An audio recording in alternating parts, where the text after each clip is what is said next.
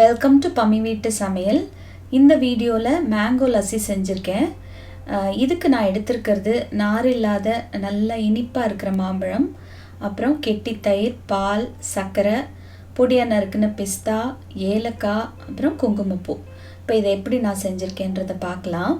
ஒரு பிளெண்டர் ஜாரில் நல்ல சில்லுன்னு இருக்கிற 2 கப் கெட்டி தயிர் சேர்த்துருக்கேன்.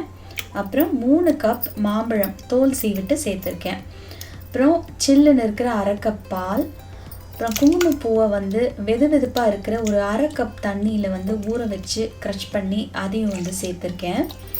சர்க்கரை 3 டேபிள் ஸ்பூன் நான் சேர்த்துருக்கேன். இது நம்ம எடுக்கிற மாம்பழத்தோடைய இனிப்புக்கு தகுந்தாப்பில் நம்ம கூடவோ குறைச்சோ சேர்த்துக்கலாம்.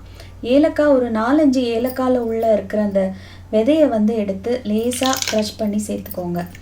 நான் ஐஸ் க்யூப் சேர்த்து அரைக்க போகிறேன். இது நீங்கள் விருப்பப்பட்டால் சேர்த்துக்கோங்க. ஸோ இதை நல்லா ஸ்மூத்தாக பிளெண்ட் பண்ணி சர்வ் பண்ண வேண்டியது தான். அருமையான மேங்கோ லஸ்ஸி ரெடி. இதை நீங்கள் இப்படியே சர்வ் பண்ணலாம், இல்லை இதுக்கு மேலே கொஞ்சம் டாப்பிங்ஸ் போட்டு சர்வ் பண்ணால் இன்னும் கூட அருமையாக இருக்கும்.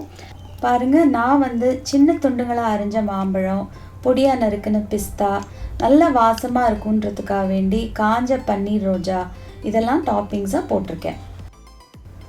நீங்கள் உங்களுக்கு விருப்பமான dry fruits and nuts Cornish பண்ணலாம். இந்த மாதிரி டாப்பிங்ஸோடு சர்வ் பண்ணும்போது மேங்கோ லஸ்ஸி பார்க்கவும் அழகாக கலர்ஃபுல்லாக இருக்கும், குடிக்கவும் அருமையாக இருக்கும். நீங்களும் இதே மாதிரி மேங்கோ லஸ்ஸி செஞ்சு பாருங்கள். செஞ்சு பார்த்துட்டு உங்களுடைய கமெண்ட்ஸ் எனக்கு சொல்லுங்கள்.